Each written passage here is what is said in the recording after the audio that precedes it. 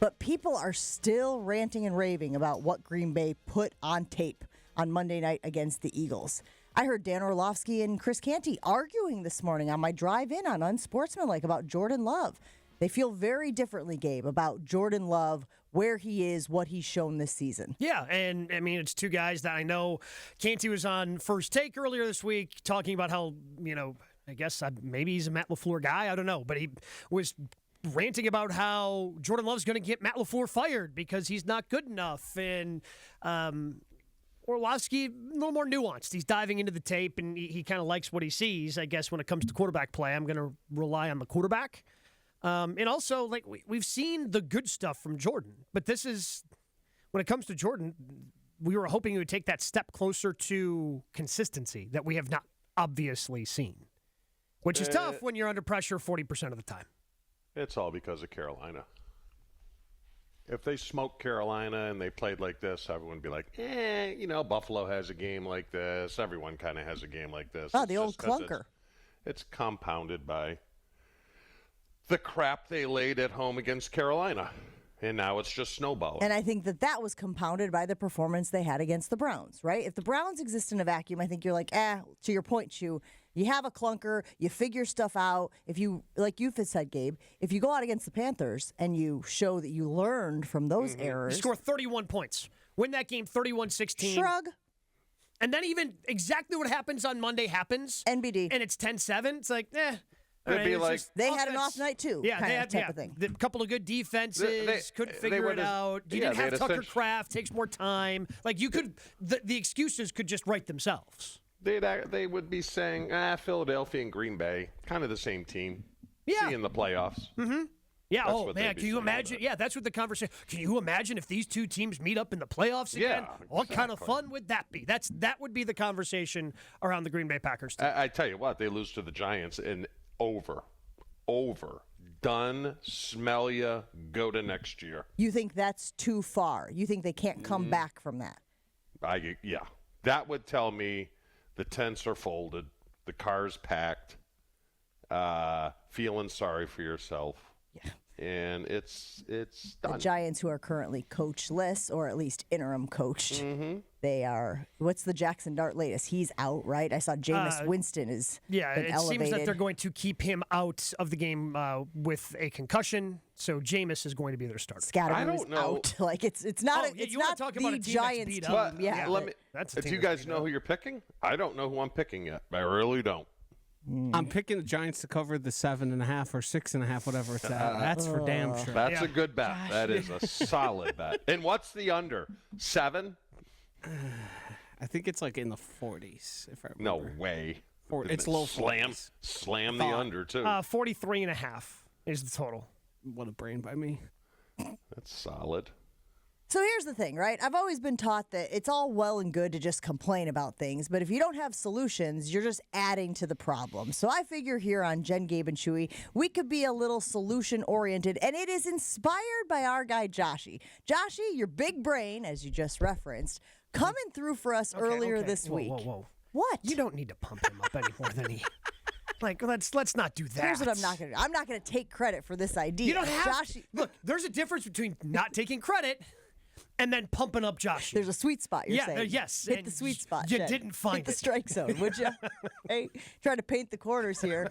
Joshy, your idea earlier this week when we were talking was, screw it, let's try it. And it was, the things you've been doing aren't working. This is a dusty, boring, predictable, vanilla offense that the Green Bay Packers are currently running. We all agree the defense looks terrific. The defense has been doing their job. They've been holding teams to under 16 points. That is what you should do as an NFL defense, and you should expect that your offense can put up more points than that, and you can walk out of those games with wins. But the offense has been blech. So, screw it. Let's try it. Joshy, can you give me a little, I don't know, game show music, a little, like, ideas music, a little creative? That'll work, yeah. Da-da-da. Okay, so we're throwing out ideas here today. This is the idea of the segment. It's screw it, let's try it. Or silty, if you will. Maybe you don't want to say screw it, let's try it. You can refer to it as silty. Give me some ideas of things that the Green Bay Packers could do to shake up this offense, to leave the defense guessing. Gabe, I'll start with you. Let's go one game. Again, you don't have to do it for the rest of just one game without a bubble screen. Can we just go one game? That's all I'm asking. I just want one game where Matt LaFleur doesn't call the play, where Jordan Love takes the snap, looks to his left, and flips it to Savion Williams to, at best, gain 2 yards. Let's just go ahead and let's just punt on that one for a week. Let's just see if the offense can operate without it. Let's just see if we can do it. I'm writing it down. Eliminate the bubble screen. Or wait till Jayden Reed comes back. Yeah, let's just sure. Again, last I checked, he's not playing this week. All right, let's just take it out this week. Shelve and let's it. see if That's the what we offense called. can function without the little bubble screen to Savion Williams. All right, I like it. We're starting a little small. We're starting a little like, hey, let's not do the thing you've been doing because it hasn't been working. What else? Chewy, you got a screw it. Let's try it for the Packers this week against the Giants. Let's let Jeff Hafley not only call the defense, but call the offense. Whoa, all right. We went from no bubble screens to the other end of the extreme, the other end of the spectrum here. You wanna know Try what's it for a messed up? week. I suggested the same exact thing, but my wrinkle was adding Matt LaFleur to calling the defense. So just complete switcheroo. A little Freaky Friday. Friday. God bless America. I've got an idea here. Hear me out. Why don't we run the Wildcat? It took over the NFL at one time. You can't run the ball the way you're trying. Bring back the Wildcat. Do you know who you want the Wildcat to be? I know, I was I going want to them ask. all. Okay. I want Chris Just Brooks, Josh Jacobs, Emmanuel Wilson. Hell, Savion Williams. Maybe he can find a role back there. All right. Well, Imagine you gotta. all those options. Well, you have to have an audition because you got to see who throws the football the best. Well, we're not Because really gonna be throwing. Let's be honest. Oh, you can. Yeah, you can, but like, Yeah, you know what? I feel You like guys- the only time you would- you throw it is when you're inside the 5 and you Yeah. decide to run it, and the tight end can just kind of leak out. And We're starting at ground zero. You Pass know plays what? come third week. You would be surprised how many football players cannot throw a football. I don't think I would be. No? I mean, Well, so few of them have to do it, actually. well, I mean, and again, it's just high school football, Chew, but I mean, there were some really good athletes like that would Yeah. go on that I knew that would go on to play college athletics and other sports. Could not throw a football. Yeah. Just can't do it. Yeah. Yeah. There's a lot of them. 800-990-3776. Well, This even morning, football coaches. we're thinking outside the box. We're getting creative. What the Packers offense has been doing is not working. It's too vanilla. It's too predictable. Defenses are calling out plays on the field. They know what Matt LaFleur's playbook looks like. So let's change it up a little, all right? No idea is too extreme, especially if Chewy can start with Jeff Hafley calling the offensive plays. Here's something for you. Why don't you run tempo for an entire drive right out of the gate? Okay, I'm not talking late in the game when you need to be aggressive. Run tempo early on, okay? Just an entire series Yeah, I like it. of moving quickly. Because it feels like when they do that, they got to get out of their heads a little bit, right? They're just kind of looking for the open guy, and it feels like that's when things have gotten into a rhythm. Run tempo for an entire drive early in the game. How about a fake punt or fake field goal? I'm listening.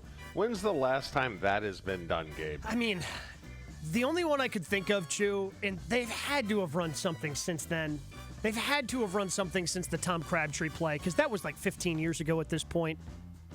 They had to have had I a don't fake think so. field goal. Unless punt. there was a muff. You know? Yeah. I can't remember a design, fake of punt or field goal. Just try it. I mean, you're playing a crappy team. I've got maybe a moneymaker here. Okay? We've seen Micah Parsons be a monster.